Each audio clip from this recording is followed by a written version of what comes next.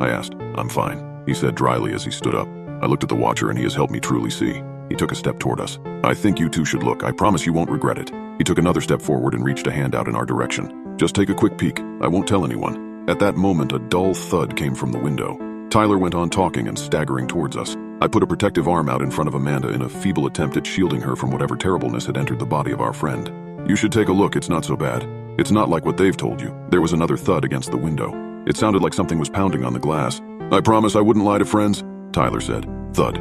Do I look like I'm hurt? I wanted to answer that he did look hurt, but I knew it wouldn't do much. There was something very wrong with him. Looking out the window had changed him. Tyler, what is that thing doing? I asked him tentatively as I took a cautious step backward. Thud. Who? Tyler asked me. That thing outside. Oh, he's banging his head on the glass. He says that once someone looks at him, he's allowed to come in. As he said those words, there was another thud and the glass made a cracking noise. I turned around to look at Amanda and said the last words I would ever speak to her. Get out now! She took off running and I followed close after. Behind us, I heard Tyler call out, this time in his normal voice, as if the real Tyler had fought his way out of the prison that was his mind. By the time I got through the front door, Amanda was already out of sight. Her car wasn't in the driveway, so I assumed she made it to safety. My car was in the garage and the keys were up in my room, so I ran away on foot.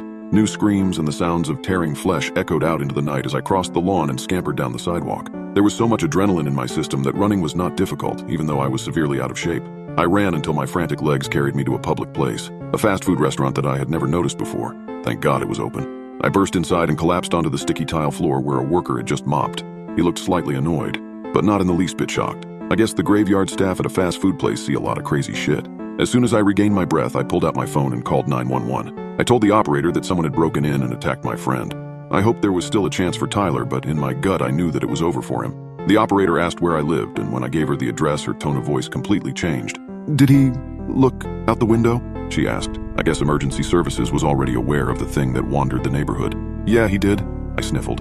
Well, I'm sorry, sir, but there's nothing we can do for your friend. We will try to recuperate most of your belongings in the morning, but you cannot go back to that house. Do you have somewhere else you can stay? She asked. I was speechless. There was nothing they could do. What was that thing that went snapping outside my window every night, and how was it so terrifying that even 911 wouldn't mess with it? Eventually, I lied to her and said I could stay at a relative's house, but truthfully, I had nowhere to go. My only two friends in the area were Tyler and Amanda, one of whom was literally in the belly of the beast and the other wasn't answering my calls. I eventually moved to a new neighborhood with a good job and new friends. Things are going great, but I'm starting to get a little worried. My next-door neighbors just called and said that they want to come over to discuss some community guidelines. They said it has something to do with locking your doors every time there's a full moon. I swear